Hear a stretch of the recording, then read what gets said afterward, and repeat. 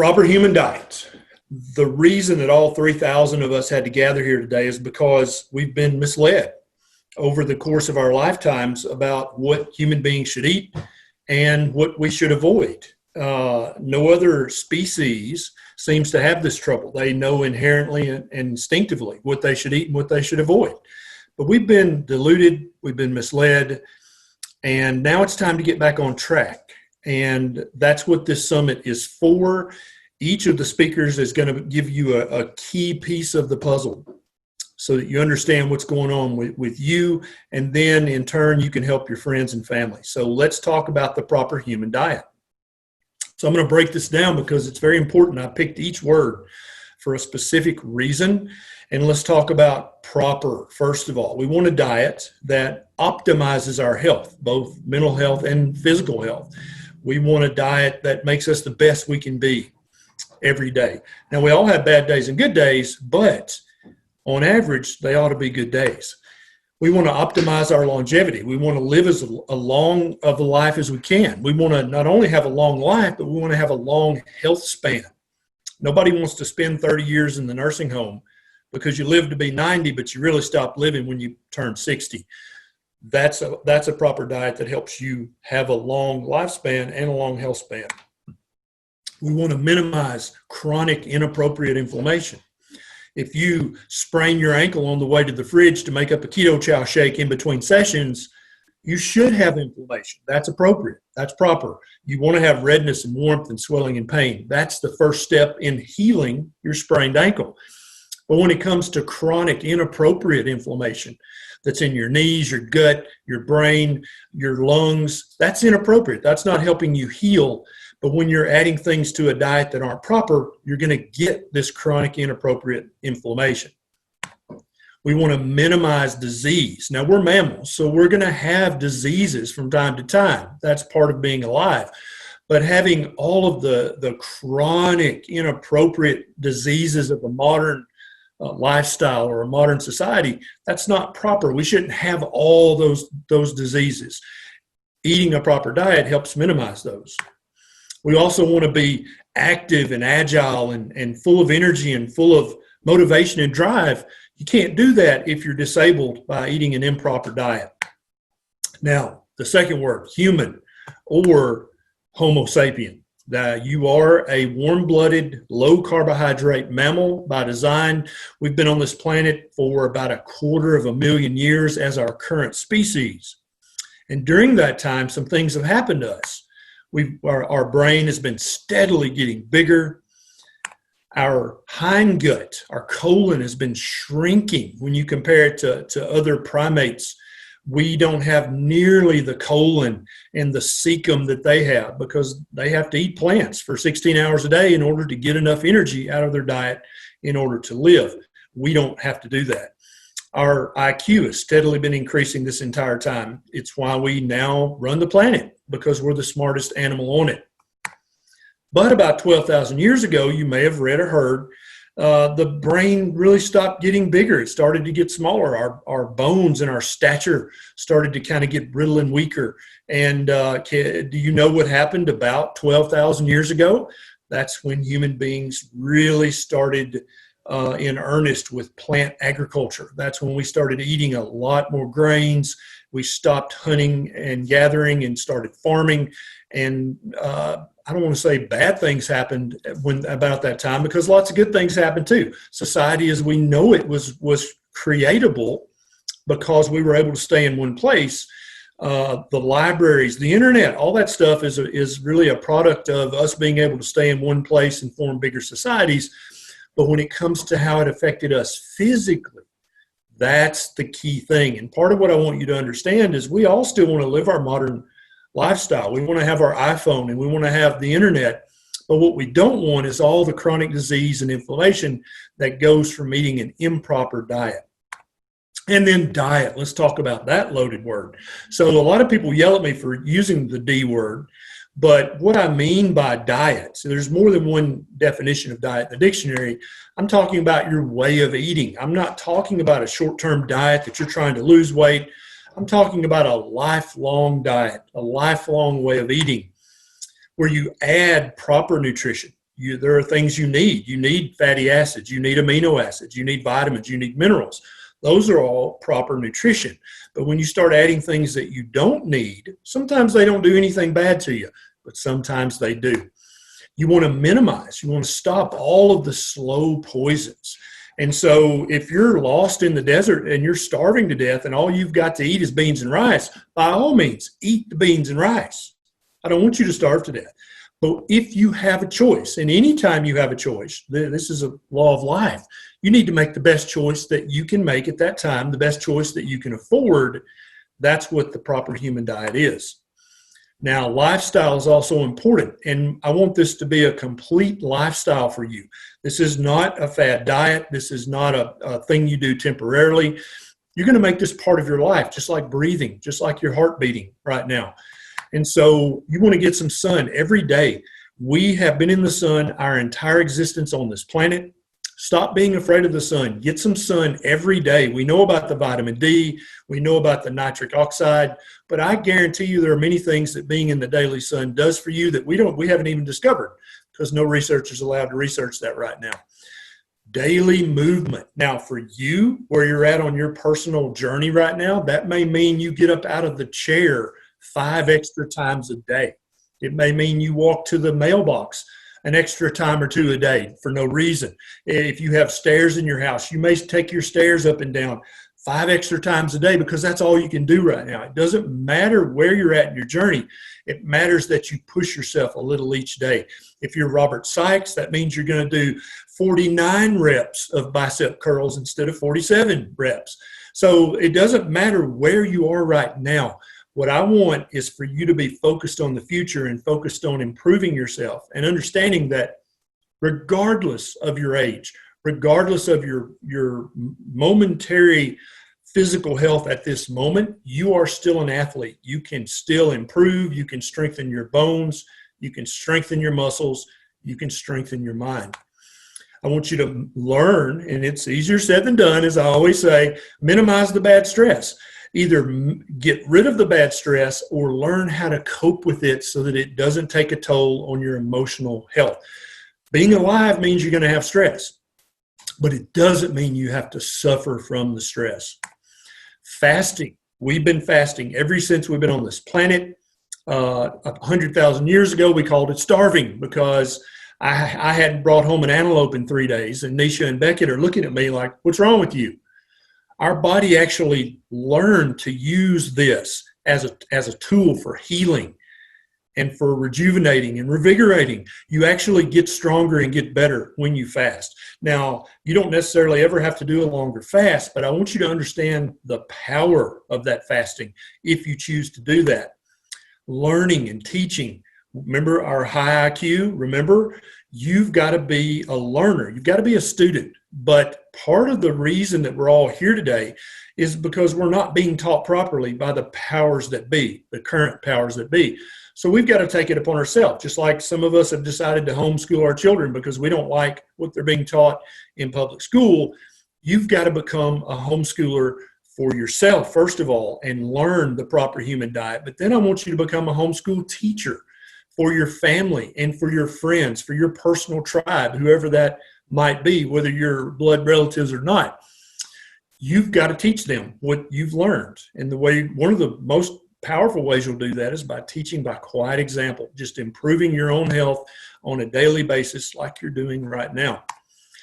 And then sleep. I can remember when I was a teenager, I used to wish there was a pill that I could take so I just wouldn't have to sleep. Then I'd have 8 more hours a day to be productive. But now I'm smart enough to know that sleep, when you're sleeping, good quality deep sleep, you are being productive. The lymphatic system turns on. It's actually like a central vacuum system for your brain, and you're actually getting rid of toxins and getting rid of damage when you're in that deep, restful sleep. Sleep is very important. Don't minimize it. You have to prioritize your sleep. Now, this is just the beginning. My talk's the beginning of this conference, but this is the beginning of the rest of your healthy life. I don't want you to discount how important seeing this as a new beginning is. You've got some of the most preeminent thinkers and speakers in the entire world when it comes to human nutrition, human science and human health, human medical science. You've got these guys right here at your fingertips, and you're going to have access to this for a full year after this is over. I want you to take full advantage of that. You've got all these resources. You've got all their PDFs. Every speaker that you're going to hear from over the next 3 days has hours of video. I don't care if you're 105 years old, you can use YouTube, you can use Facebook, you can find these people and go back to school, put on your student hat, and learn from Professor Noakes, learn from Dr. Sivis, learn from Dr. Eads. These guys are putting themselves out there. Everybody speaking at this conference is speaking for free, including me. We're not here to make $1 million. We're here to help the health of 1 million people. That's why we're here. Make use of these resources and then apply what you've learned to help your tribe. Community. There are 3,000 people in this right now with you. Reach out to them. There's a chat function on this. It's broken up by different health issues. Find your tribe. If you don't make a new friend during this conference, me and you are not speaking. I'm officially mad at you. Don't be shy. Reach out. If you see a comment that speaks to your heart, reply to that comment. Exchange emails. Exchange Facebook. I don't care. I just want you to make the most of this community that's gathered for the next 3 days. Do not walk away from this with an empty mind. Don't walk away with empty hands, and don't walk away with an empty heart. There are people, your new lifelong friend is in the Proper Human Diet Virtual Summit right now. Your job is to find them. You are now officially a lifelong learner. I don't care if you're a truck driver, a hairdresser, or unemployed. You're smart enough, cat. You can figure this stuff out. Just remember the fox out in the woods. No, he didn't have a class. He just knows what to eat and what not to eat. Your mind and your body, your DNA, they all know this stuff, but we've been so tricked over the last 50 years that we've forgotten it. But if you use the brains that God gave you, and you use your fingers on the internet, and you use your mouth, and you use your thumbs on that text message, you can form your own tribe. You can form your own opinion, and you can become a lifelong learner. I don't want you to stop learning when this conference is over. I want you to watch those hours of YouTube videos that all of us have out there. I want you to become an expert in your health. And then when you go to the doctor, you're going to be a learned health partner. And that's how you're going to look at your doctor as well. That's no longer going to be your doctor daddy or your medical boss. That's going to be your learned health partner. And you're going to bring your knowledge, and then you guys are going to combine your knowledge, and it's going to be a powerful force. You are an N=1 experiment. Some things that work for me may not work for you. Some things I definitely can't do, you may be able to do. It's okay. We're all unique, but we're all Homo sapien in the end. So experiment. Try this. Try that. Try cutting that out for a month. Try adding this for a month. That's how we learn exactly what our body needs. Then, once you've learned how to take care of you, you're going to start taking care of your tribe. One of the strongest things about this community is that we are shared warriors. We share YouTube videos. We share posts we've seen on Facebook. We share meals on Instagram. That's how you do this. That's how you find your tribe. That's how you solidify your tribe. And that's how you turn this grassroots movement into the proper human diet for everyone on this planet. We're all the same species. We all should be eating a low carbohydrate diet that's not filled with inflammatory crap. But the only way your neighbor's ever going to know that, because they watched the Kellogg's commercial and they'd said it was healthy and approved by the American Heart Association. The only way they're ever going to know that's not the way. There's another way, is for you to share with them. Okay? So don't be shy about sharing with the people you care about. That's how you're going to improve their life and maybe even save their life. It's up to us, okay? No one else is going to help us. The American Diabetes Association, the American Heart Association, the American Medical Association, the RDA, the USDA, all these guys are completely tied by the millions of dollars worth of donations they get every year from big pharma manufacturers and from big food manufacturers. They are basically hogtied. They're gagged. They can't speak. Tracy Brown, the CEO of the American Diabetes Association, she actually does a low-carb diet to manage and control her diabetes. She talked about it one time on a podcast, and now she won't mention it again, because I guarantee you a couple of lobbyists or ad execs from Big Pharma and Big Food called the ADA and said, hey, shut up about the low-carb diet, because if you don't shut up about that, you could actually reverse type 2 diabetes, and then we would lose out on billions of dollars of revenue.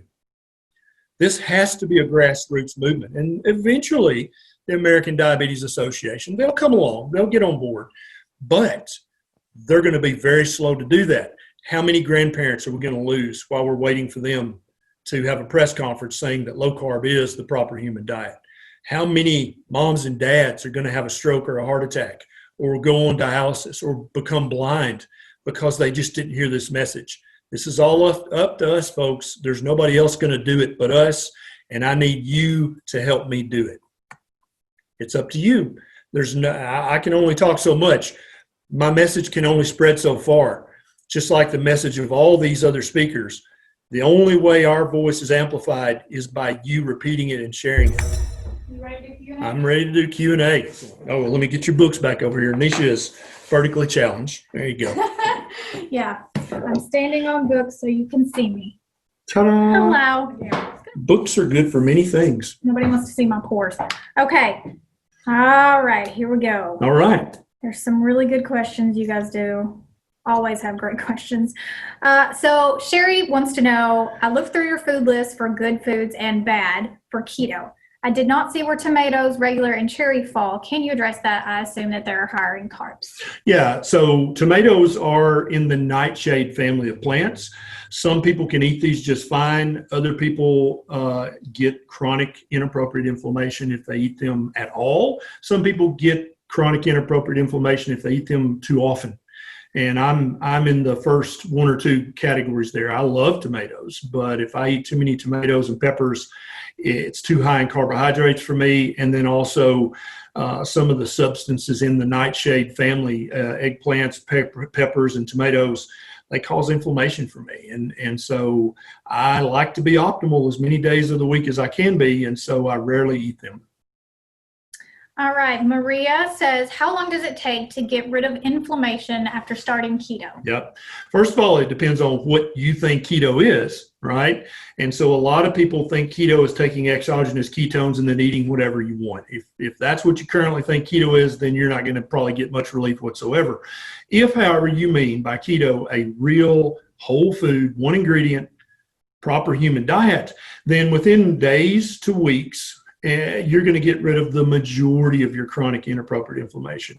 Some of it may take a few months to calm down if you've had it for decades, but you should notice immediate improvement within a week or two when you start eating a real whole one ingredient, proper human diet, keto diet. Maria Isabel, this is a great question. In Latin American countries where there's a lot of poverty and extreme poverty, it's difficult for people to eat a proper human diet because the main food is based on grains and bread. How can these populations eat a proper human diet? How can we make them stay away from grains and high inflammatory foods? Yeah, and so in the very poorest sections of our country, and then definitely in other countries, you're happy to have beans and rice. And when you get tired of eating beans and rice, then you eat rice and beans. And those things are not proper. Those things are inadequate to give you all the nutrition you need. And so they lead to malnutrition. They lead to chronic inappropriate inflammation. As always, that's why Nisha and I always say, do the best you can. And so I would much prefer you eat rice and beans than starve to death, right? But I think that part of what this proper human diet movement is doing is it's moving food production back to the local level. Mm-hmm. And so right now you may have no choice. If you're in a poor part of a poor country, you may be happy you've got rice and beans. But more and more, I predict that local farmers are going to start having bigger flocks of chicken, and they're going to start raising a cow or two, and they're going to start raising a pig or two, or maybe other animals. But that sort of thing is going to open the floodgates of actually having access to the proper human diet. As long as the big food corporations are taking care of feeding us, then you're going to have beans and rice or some derivation thereof. It's going to be grains and legumes and lots of sugar and lots of vegetable oils. But as people, and that's what I'm trying to do with this is empower you. So if I'm talking to somebody in New York or Texas or California right now, how can you help somebody in a third world country? What can you do? Donating some money to Coca-Cola so that they can send them some Coca-Cola, that's not really going to help them that much.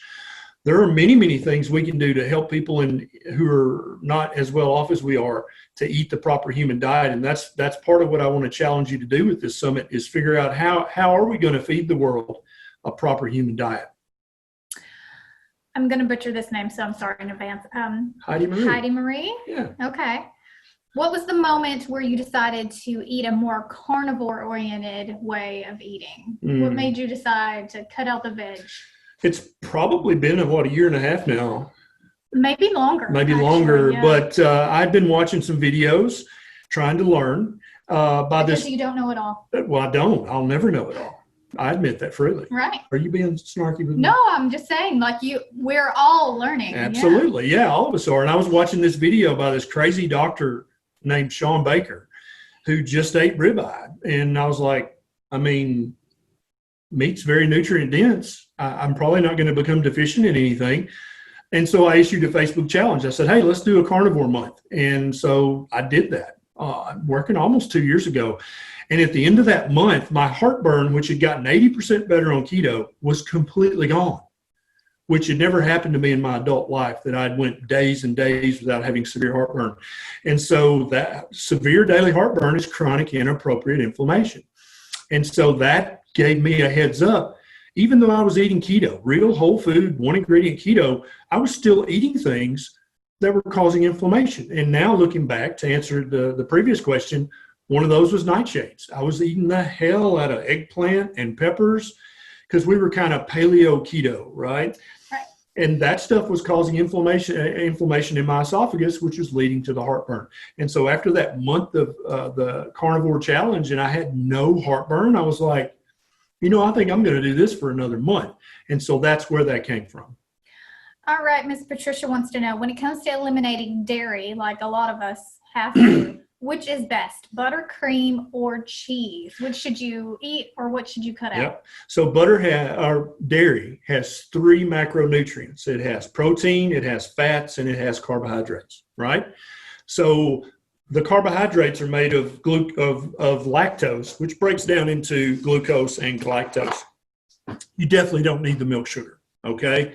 So you want to get rid of that. So any of the skim milk, low-fat milk, that's got to go. You don't want that. What about the protein in milk? So if you're a growing baby, maybe less than 7 years of age, you may need some daily milk, whole milk, to drink in order to help you grow. But after the age of 5, 6, 7, 8, somewhere in there, you no longer need the proteins from dairy. That's why mothers wean their baby at 2, 3, 4, somewhere in there, depending on the mother and the baby, because they no longer need that nutrition. They can get adequate nutrition from solid food. So it's definitely not the carbohydrates you want to get from dairy. So that eliminates a lot of dairy. For many of us, the proteins found in bovine dairy or even caprine dairy is just too inflammatory for us. And so we have to eliminate that. That leaves the fats. And that's why many people on a keto diet or a carnivore diet still enjoy ghee and butter, because it's 99.9% just the dairy fat. It doesn't look like the dairy fat causes inflammation in anybody. The carbs are too much for everybody. And so that's why we typically wind up picking butter, ghee, full fat cheese that's actually been fermented. That's okay for many people, not for everybody. And then cream cheese if it's full fat, sour cream if it's full fat, Greek yogurt if it's full fat. Some of us can enjoy that and do just fine. Others of us have to eliminate that. And then we're back to the N=1. You got to try a month of no dairy and see how your body reacts to that. Yeah, and I want to point out, when we say the proper human diet, that really breaks down to the proper you diet. Now, it still needs to fall under all the things that Dr. Berry talks about all the time. So the carb level needs to be super low. No grains, no sugar of any kind, no wheat. all of those things Yep. still apply, but we're all individuals. We all have different issues, metabolic issues, autoimmune issues. Some of us are perfectly healthy. Lucky you. But we really encourage you to do self-experimentation, because 100%. that is the only way to truly know how your body is going to be affected. Take a journal, make notes. How did I feel after I ate that? Do the elimination diet, go carnivore and add things back in. That really helps you become in tune with your body, because we've all spent years being not in tune with our body. Yep. And we don't really know what the signals mean until we start to eat the proper human diet. Exactly. You agree? Well said. Here. Huzzah. Huzzah. We're such nerds. Okay, Dave says, this comes back, how do you identify which foods are causing inflammation in you? So that kind of is what we just talked about. So part of it, you're gonna learn from these experts that, grains, that every grain on the planet contains an inflammatory component. So wheat has gluten and gliadin and other things. Corn has zein in it. Every grain has inflammatory proteins that are going to cause some degree of inflammation in you. So by learning from the experts, you're going to learn, all grains are bad. All sugar's bad. Got it. Okay, vegetable oils, crap. Don't eat that. Got it. But then it comes back to the N=1 that Nisha was talking about, because this is really the proper human diet for you. So then you start saying, is dairy protein, is it really inflammatory for me? Should I really not eat cheese? That's when you try a month. You experiment for a month and say, okay, no dairy except for butter for a month. And I'm going to see how my gut inflammation, my joint inflammation, wherever you're having inflammation problems, did it get better or not? If there's no change, if you feel the same either way, that's a good, successful experiment. You learn from that. Or if you're like me and you're like, dude, when I got rid of all the cheese, good things happened. That means my body doesn't need that. So I need to eat cheese as an occasional treat instead of a daily food that I'm scarfing down. And so you learn from experts, then you start doing your N=1 and saying, okay, what about nightshades for me? Can I eat those as long as the carb count stays low, or should I avoid those completely? That's how you do it. Because there are a lot of things that are keto friendly that are not Nisha friendly or Dr. Berry friendly or you friendly. Those are things you have to think about, because just because someone else can eat it doesn't mean that your body's going to react in a positive way. And that's a great point. And so a lot of the keto Nazis and police out there are like, tomatoes are natural. You definitely can eat them. Or, no, tomatoes are not good for me, therefore you should never eat tomatoes. Right. No, we don't need that. We're all in this together, bumping around in the dark, rediscovering the proper human diet together. Is there a blanket statement that no one should have dairy? No. Is there a situational statement? Dr. Berry should not eat too much cheese. Yes, definitely. So we got to all work together, because none of us knows the final answers. None of us knows the truth. We're rediscovering this together. So take care of each other and don't chastise each other. Help each other learn and build each other up. Okie dokie. I'm sorry, it moved. Okay.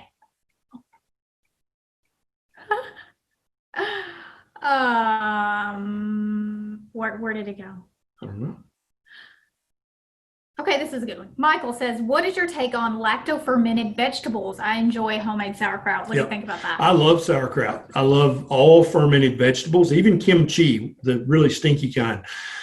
But regardless of how long you ferment them, you've got to count the carbs. No amount of fermentation is going to remove all the carbs. For some of us, the fermentation calms down the inflammatory response to them. For others of us, it's still too many carbs and too inflammatory.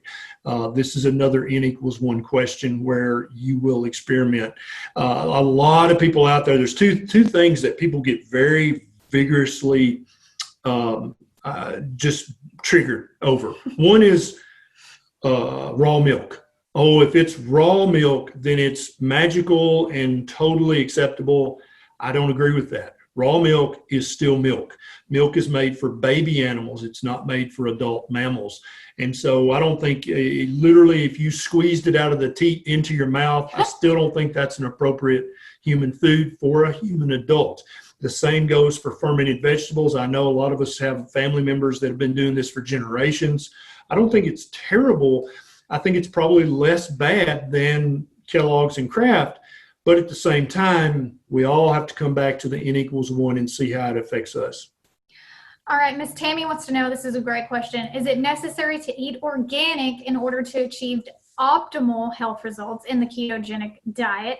If so, what are the most important foods that you should make an effort to buy organic? Yeah.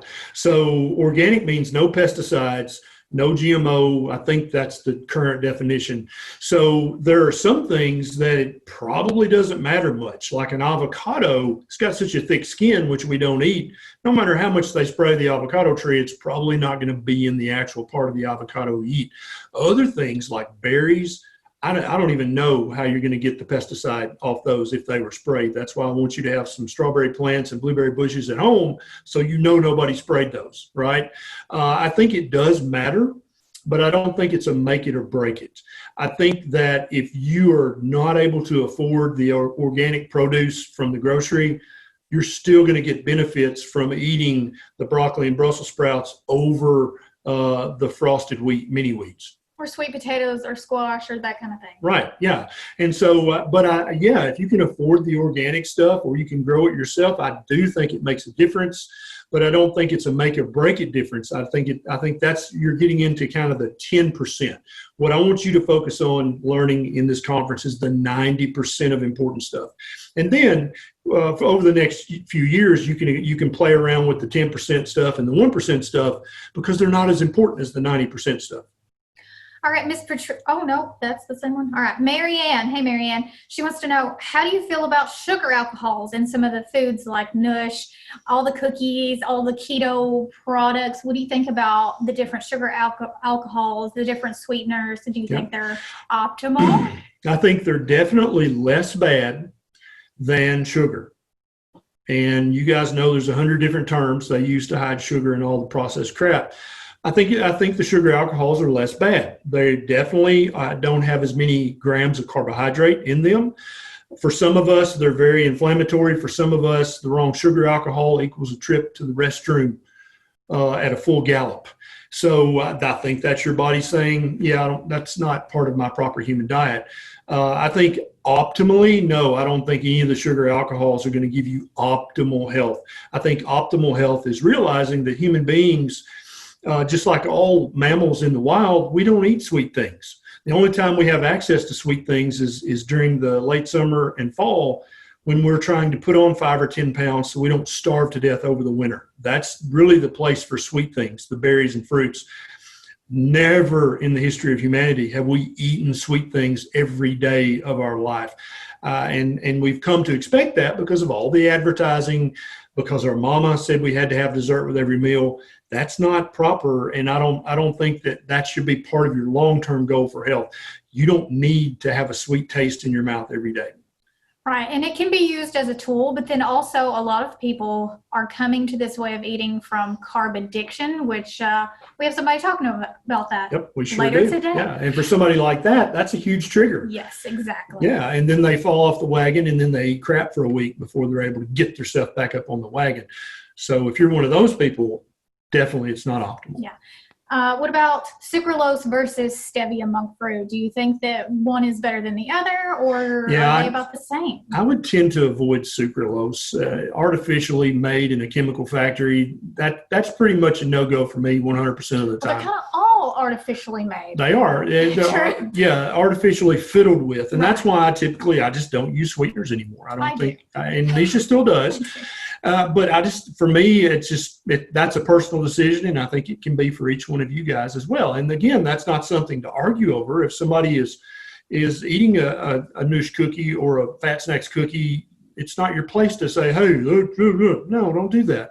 But you know what works best for you, but you don't know what works best for other people. And a lot of us started out eating Fat Snacks cookies. 100%. They're delicious. Like the alternatives, and really the more I talk to people, and the longer you are on this way of eating, the less you even want those things. So I think that the process speaks for itself. Yep. And that I don't want it anymore. So was that necessary at all? Because now I don't even want it. When you start asking yourself questions like that, like you guys are asking right now, That's the key. That means you're going to get there eventually. Okay. All right. Day says, what are your thoughts on natural flavoring? Should we avoid those at all costs? They're in a lot of things, especially keto products. Here's the problem. The FDA and the USDA, they let these big food manufacturers use very, very misleading terms. So natural flavors, that can literally be sugar, because sweetness that's a flavor, right? And so they're able to hide all kinds of crap under that umbrella term, natural flavorings. Really, I hope that not many of the manufacturers in the keto space are using that term. I really would like for them to be 100% honest in their labeling. Don't put natural ingredients. No, that doesn't help us. Anytime you use natural ingredients on your list of ingredients, that means you don't want to tell us what's in there. And that's fishy to me. I'm a Southern boy. I'm going to be like, you should always question. Yeah. And so our good friend of ours, Kim Howerton, she'll call them and say, hey, what do you mean by natural? What exactly do you mean by that? What is that? And I think that's something we should do to every website that uses natural flavorings, is ask them a question. What the hell do you mean by that? Because don't forget, rat poop, that could be it. That's natural. That's organic, actually. Yeah, that could be the natural flavoring. And so if you don't want to eat rat poop, they need to be 100% transparent and tell you what they're putting in their product. Right. This is a great one. A lot of nutritionists or dietitians are promoting a high carb, low fat diet since forever because they have a fancy university degree and people listen to them. How do we fight against that and make people listen to people that promote the proper human diet, especially since not all of us are nutritionists and dietitians? If you guys are on Twitter with me, you realize that more and more doctors, more and more dietitians and nutritionists are coming on board, even registered dietitians. Every day I see a new registered dietitian on Twitter who's keto now, low carb, carnivore even. So they're going to be taught from the bottom up, because what you may not know is that most of the schools for dietitians and even some medical schools are sponsored in large part by Kellogg's and Kraft and Nabisco. So what do you think they're going to teach them? They literally pay for their textbooks, so the high carb options definitely got to be in there or they'll pull their funding. So all registered dietitians, I think, have good intentions. All nurses have good intentions, but they may have been taught improperly. And so part of our job is to lead by quiet example to transform our health, because some of you guys have a relative who's a registered dietitian. When they see what you've done, they're going to be like, what the heck did you do? When you say keto, they're going to be like, huh, weird. And they're going to learn from that. And you're going to teach them. And they may not admit that you taught them, but you did teach them. And when they hear that from enough people, they're going to change their mind. Just like the registered dietitians who are my friends on Twitter now, they used to believe that you should have cereal and milk every morning. Every one of them, to a man and woman, believed that Kellogg's and skim milk was the breakfast of champions and it was most important meal of the day. Now they know better. How did they get from point A to point B? It was because of people just like you sharing their story. Lisa wants to know, what if you have a doctor that fights you on your new lifestyle? Yeah. How do you handle that? You've got two options. If you want a challenge, then you can teach your doctor. If you love that doctor, you don't want to get a new doctor, there's no other doctor in town, then you get the challenge of teaching that doctor. And doctors are hard-headed and they're arrogant, but they're teachable. Back in 2003, if you had come to me about a ketogenic diet, I would have been like, that's the dumbest crap I've ever heard in my life. No, don't do that. Now I'm a different guy. And I'm a hard-headed, arrogant bastard. Okay. So if I was able to completely throw everything I was taught in the garbage and go, yep, none of that's right, I got to learn what's actually proper here, then any doctor is capable, any dietitian is capable. So, but if you don't want to beat your head against the wall, then you watch my YouTube video about how to find a low carb doctor near you, and you drive 20, 30, 50, 100 miles to see your new doctor. Nikki says, is homocysteine a good measure of inflammation, and would the proper human diet make it decrease? It has been high for 20 years, wondering if I should have it retested after a year on a whole foods keto diet. Yeah, well, one of the many things that homocysteine tells us, it is a good proxy marker for inflammation, but it's also a marker for many other things.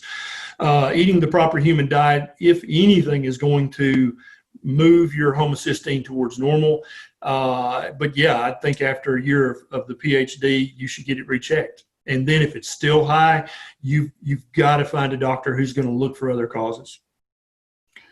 All right. Crystal says, if you are new to the PhD, how can you tell if you're inflamed? What does that feel like physically? It usually feels like pain, and it can be anywhere. It can be different for people, everybody. It can be fatigue. It can be pain in a joint. It can be Brain fog. Brain fog. It can be depression. It can be just in a what am I trying to say? Being just, you're inattentive and you can't help it. You're just ADD.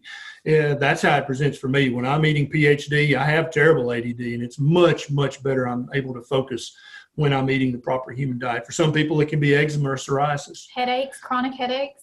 Chronic migraine several times a month. That is a sign of inflammation. It can be literally in any system of your body. A lot of older gentlemen have prostatitis. Itis, that's inflammation. And so if you don't have an infected prostate, then you've got chronic inflammation in your prostate.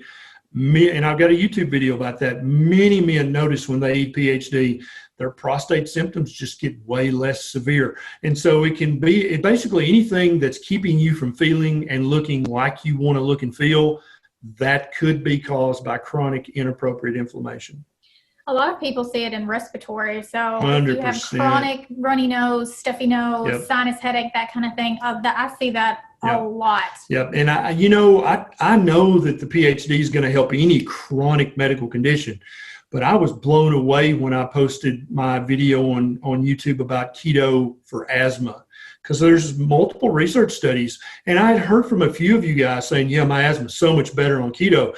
But when I started reading the comments on that video, I had no idea how huge of a difference it makes. And so I learned that. I learn stuff every day, and that's what I want you to be doing from this conference.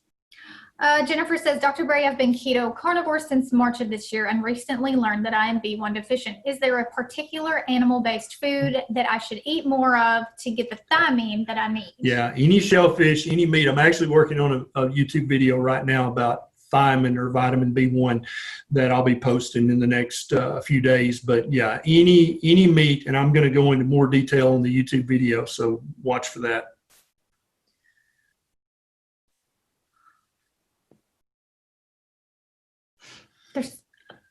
Sorry. Anonymous attendee. Oh, anonymous. Oh, anonymous. Dr. Berry, do you have any tips for staying on track? I do great for weeks at most, and then I fall off and find myself binging again. Yeah, I think many of us do that when we first start. Mm-hmm. I think it's important not to beat yourself up, but to realize this is a journey. This is not a black or white goal. Either you succeed or you fail and you need to be shot in the head. That's not what this is. This is a journey back to health, a journey back to the proper human diet. You're going to step in potholes. You're going to fall off the bridge. That's fine. But the point is that when you recognize your behavior, you're going to get back on it. I think another big thing is realizing that carbohydrates for some of us can be very addictive, very habit forming. And so what you may be noticing in yourself is addictive behavior. There are many alcoholics who never drink during the week. Monday through Friday, they wouldn't touch a drop of alcohol. But when it comes Friday night, they're going to tie on and they're going to have a good weekend. Well, good weekend, right? But that's addictive behavior as well. And so what you might notice, anonymous attendee, is that there's a cycle to you falling off the wagon. Look for that cycle. When was the last time you fell off versus this time? Is it a stress moment? Is it work related? Is it family related? Is it addiction? And the more you understand about what your internal, perhaps unconscious motivation is, the more you're going to be able to eventually break that cycle. And also remembering why you are stopping eating those type of foods. Why are you doing that? Is it because you have type 2 diabetes or an autoimmune disease? Why are you doing it? And then ask yourself before you take a bite, is this going to help me? And if the answer is no, then be self-aware enough to say, I don't need this. Yeah. Is this going to make me feel better after I eat it? Because, of course, the chocolate cake's going to feel good going down. But afterwards, is it going to feel good? Yep. No. Is it going to help your body? No. So be very self-aware. Ask yourself questions when you're picking up those types of food. And it makes you be very responsible for your actions because you're taking responsibility for, I know this isn't good for me and I'm going to put it in my mouth anyways. And then you kind of start to question. Yeah. And being aware that as you do it, and we all do that from time to time, I think that also helps you not feel like a loser, like, well, I screwed up then, so just forget it, whatever. And so another good principle to understand is you're going to fall off the wagon from time to time. But when you do, the quicker you stop the destructive behavior, the easier it is to get back on the wagon and continue on your health journey. So do not be blind to your own motivations and your own actions. If you wake up and there's a bag of Oreo cookies in your hand, okay, so you did that. That's fine.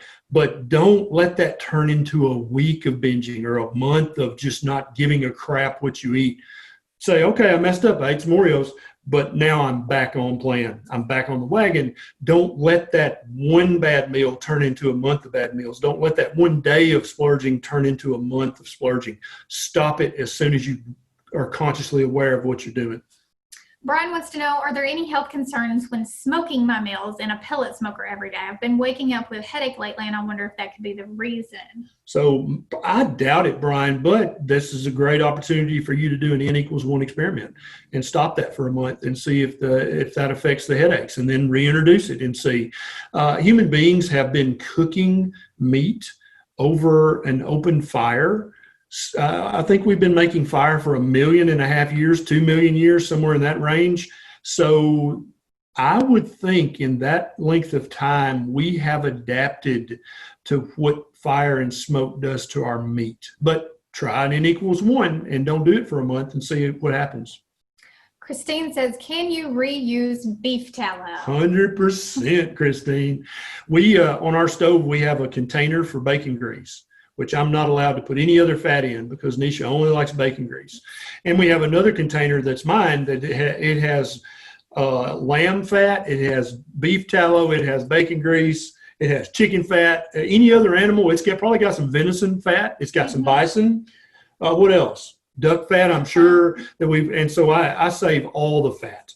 Now, beef tallow won't keep as long at room temperature as bacon grease. Pure bacon grease, I've never in my life. I've never had it go bad. Never seen it go bad.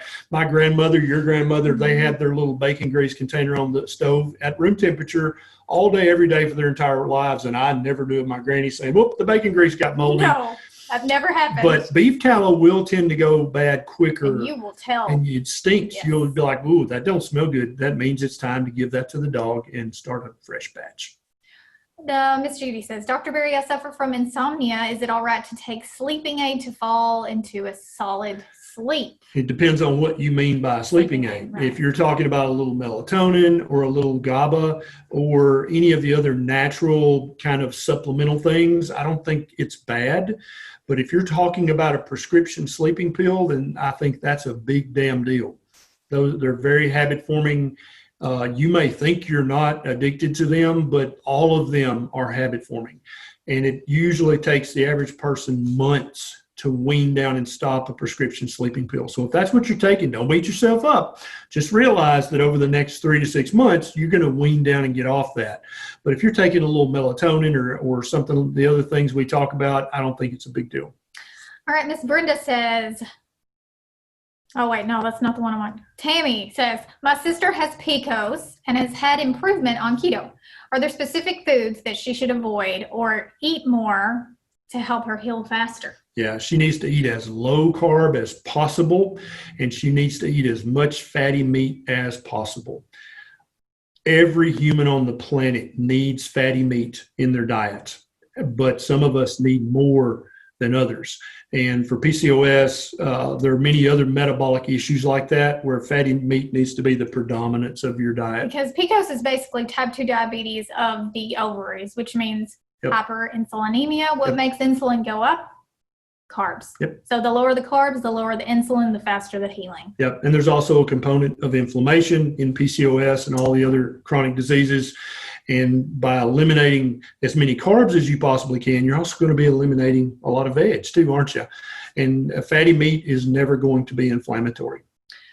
All right. Now, Miss Tammy, any tips? I'm having a hard time losing weight on keto. It's very, very slow. Is that normal? I'm loving the health benefits, but also I need to lose weight. Yeah. For some people, they will lose weight like they have cancer when they start keto. For other people, the weight loss is glacially slow. It's due to a long list of factors. Women tend to lose slower than men. The older you get, the slower you tend to lose. If your gender hormones are not optimized, you're going to lose weight slower. If you have a thyroid issue, if you have an adrenal issue, all these things can mean that your weight loss is much slower than you'd like for it to be. That does not mean you're not reaping hundreds of benefits. It just means you got to be patient and take your time. Mimi, I've been doing 16 to 17 hour intermittent fasting along with keto for 3 weeks. I want to burn fat. I have read that it is helpful to switch it up and not fast for a day or two every now and then. Is that a good idea to help me burn more fat? Maybe. I don't think anybody knows the answer to this. There's no doubt that fasting is the ultimate fat burner. Okay, so many of us don't like fasting, and so therefore we don't want to talk about that. But nothing is going to make you burn fat that you've stored on your body for fuel faster than fasting. That is the ultimate fat burner. And so I would say maybe extending your fast a little longer each day would help you burn fat faster. Even having a longer fast where you fast for a day or two once a week or once every other week, that's how you're going to accelerate the fat burning. I don't think, saying, well, I've been eating 1 meal a day for a week. Now I'm going to go to eating 3 meals a day for a day or two. I don't think that's probably going to help you burn fat faster. Melissa, I've switched to carnivore and I'm loving it, but I'm concerned how to do Thanksgiving and Christmas with family. I have teenagers and so much of the holidays are about food. Yeah. So you're going to fill up your Thanksgiving and Christmas table with keto, low carbohydrate, human healthy food. And you personally are just going to eat what helps you with your personal health. You're not going to proselytize. You're not going to scold people if they eat some green beans. But you're going to have relatively low carbohydrate, healthy human foods on your table. But you personally are going to eat what helps you have your best health. And it can still be about food. Food can still be pleasurable. Yeah. Kim Howerton, who is going to do a talk, she makes some great recipes. She actually has a holiday cookbook that we did last year, and you can still have pleasure and health at the same time. I think a lot of people think, well, I have to give up the goodies, but you don't. There are so many alternative ways to make holiday foods to where it's okay for you and it's okay for your family. Most of the time they don't even know. If you don't tell them, these recipes are so good. Maria Emmerich has so many recipes. Like, there are recipes out the wazoo for the holidays, and you don't have to tell anybody that they're keto friendly. That's right. And please don't tell them that they're keto until after they've enjoyed them. Then you can tell them. Right. I make my keto turkey and dressing. Nobody knows that it's keto. They can't tell. So good. I love it. All right. So Ann wants to know, should I be concerned about antibiotics in red meat? Yeah, it's a great question. So there was a big myth out there that cows are pumped full of antibiotics, and that was going to be in the meat. Problem is, when you give a cow an injection, now maybe if you eat the specific part of meat where the antibiotic was ingested, then you might get some antibiotics from that meat. But it just doesn't work that way. As soon as any animal is injected with an antibiotic, including you, your liver, when it gets in circulation, your liver immediately starts to break that down. And then your kidneys immediately start to excrete it, or you either pee or poop that out within hours. That's why when you're on a course of antibiotics, you have to take a pill once a day or 3 times a day, or get an injection every 24 hours if you're in the hospital. That's why, because your body immediately breaks that antibiotic down and gets rid of it. It does not store that antibiotic in your liver, nor does it store it in the animal's liver. It does not store that antibiotic in your muscle, nor does it store in the animal's muscle too. And so unless you just are unlucky enough to get the piece of meat that was just injected an hour before the cow was slaughtered, you're not going to be getting antibiotics from eating meat. For those of you asking, my turkey and dressing recipe will be coming up on my YouTube channel. So yes, I will be giving it to you. We already talked about that. This is a good one. Lonette wants to know about keto and macular degeneration. She's got the bad news on her annual eye exam. He actually has a YouTube video about this too. Yeah, I already have one YouTube video about this. The research is compelling. I've got a friend on YouTube who's an optometrist who also has, and his name is escaping me, but if you just search for keto and macular degeneration, you're going to find a ton of information, including his videos and my video. 100% keto is going to slow down the progression of your macular degeneration, and it's going to protect your vision. Nancy, this is something that I think you're probably going to make a YouTube video about, I bet. I just heard about this. Nature Throid, which is a desiccated thyroid medication, has been recalled. What do you suggest as an equivalent? Yeah, nobody really knows why. Well, we know why it was recalled, because their dosages were inconsistent. So if you're currently taking it, there's nothing dangerous about your Nature or your WP.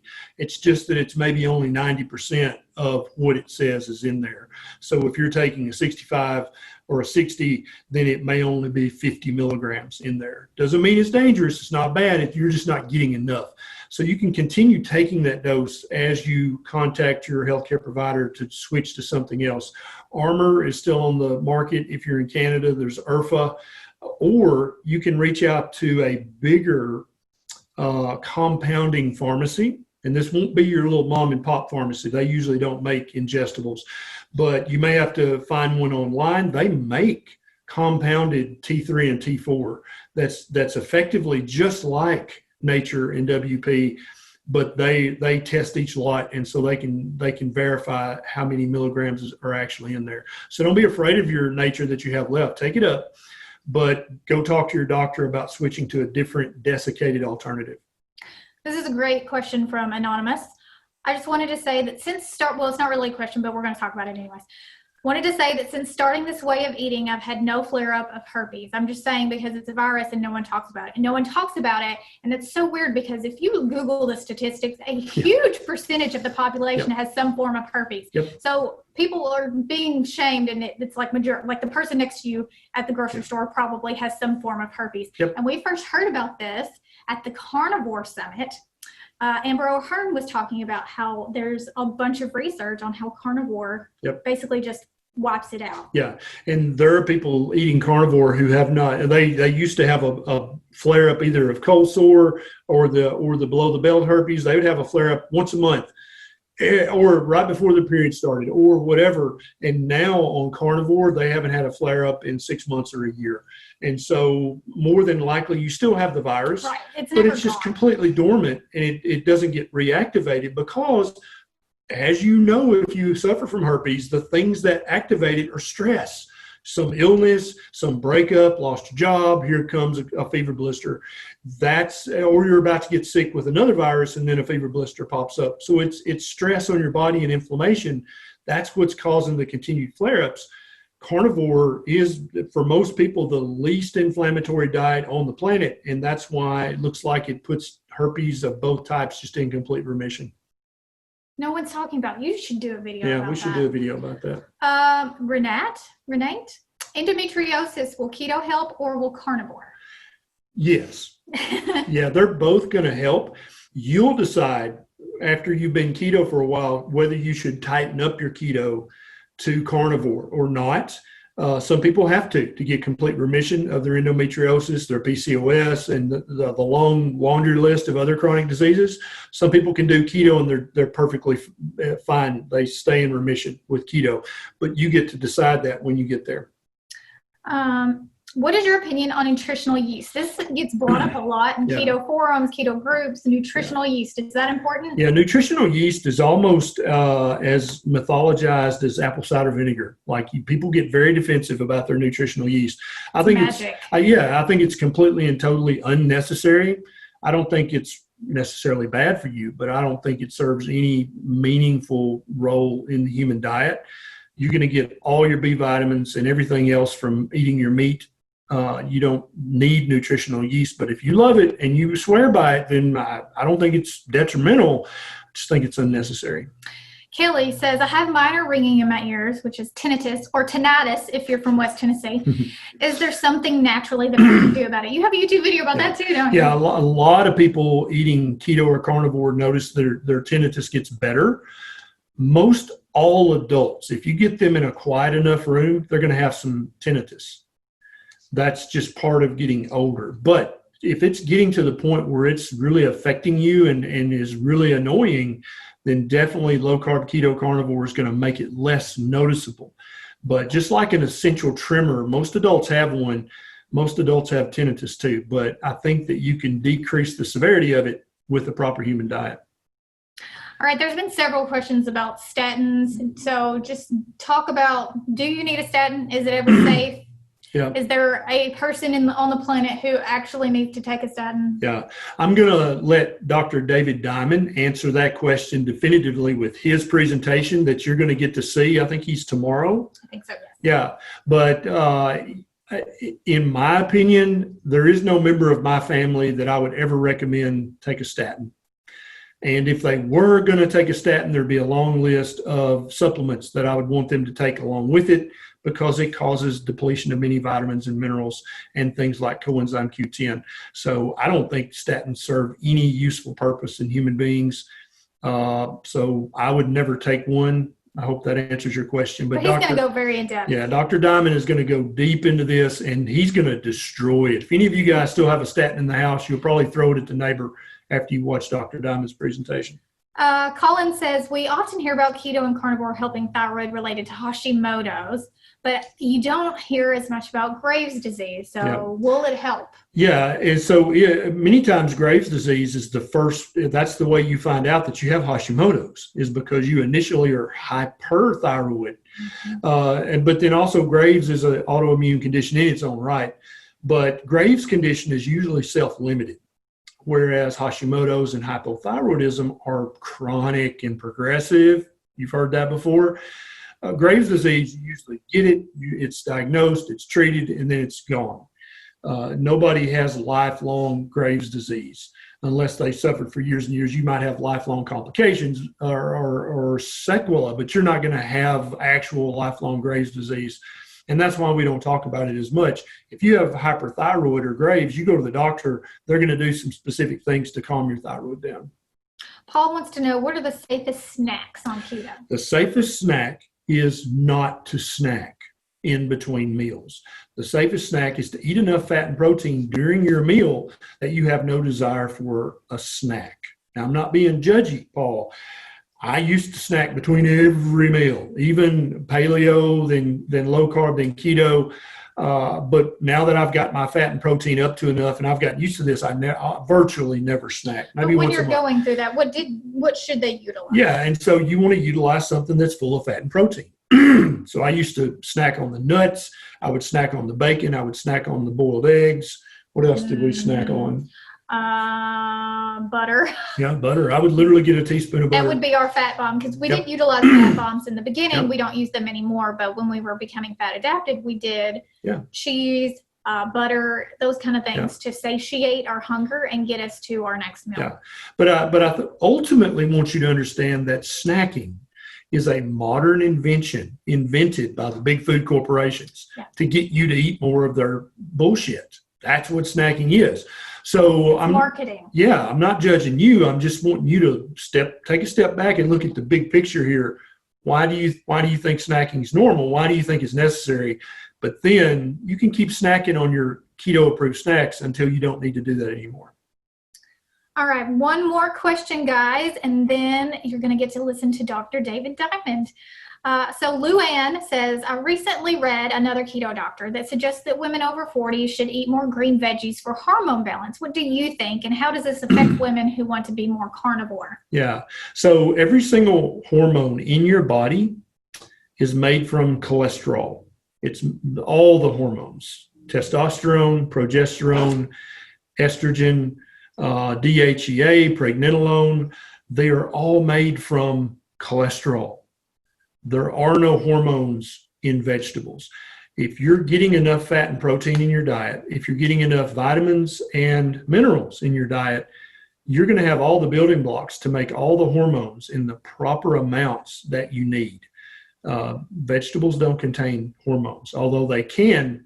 Some of the vegetables and some of the substances in them can mimic estrogen, not in a good way, but in a bad way.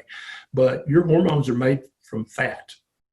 All right, so there is going to be, or already is, a question on your screen. It's a poll, and the question is, how long have you been doing the proper human diet with different options? Yeah, there we go. So less than 6 months, 6 months to a year, more than 1 year, or you're considering starting and you're excited to learn more, and that's why you're here. So answer that question. I'm gonna answer it. Oh, you're going to answer it? I'm gonna answer it. And so that's going to let us kind of know where you are in this journey, and that man, I can't vote. You can't vote. Oh man. So make sure you click a box, and then it told you can't vote. I see. And then we will show you guys the results. Oh, nice. Yeah, everybody vote on that real quick so we can see the results. All right. I think that's it for us. I hope you enjoyed his little spiel and the Q&A, and that you learned something new. And make sure you're connecting with the people in the chat rooms, because make sure you're connecting. There are people who in right here. You need to meet them right now. Go to the little chat area and say hi to somebody right now. All right, guys, that's it for this part. Now, our friend Joe and Rachel, they're going to come back on and tell you how to get to Dr. David Diamond's room. So stick around, because they're going to hook you guys up. Thanks again, and we'll see you soon.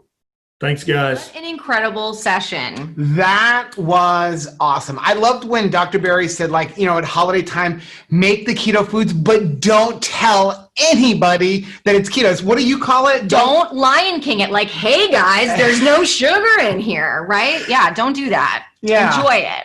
So our next presenter is going to be Dr. David Diamond. Yeah. So in order to attend his presentation, I want to show you guys how to make your way back to the main stage that's located in the tab or the browser within the Virtual Summit platform. Now, you're definitely going to want to pay attention, because you will be doing this between each speaker's presentation. And as a side note, if you have the Zoom app, you may see something different. Simply go back to the browser or tab that you launched the platform in. So let me go ahead and share our screen so that you guys can see exactly what to do. And I know some of you may have already seen this, but remember, there's some new people. So over here again, we're going to go back into the lobby. This is your lobby right here. And what you want to do is go right over here to the main stage. And then again, you can click right here in the middle, or over here it says click to watch presentations, and then click launch.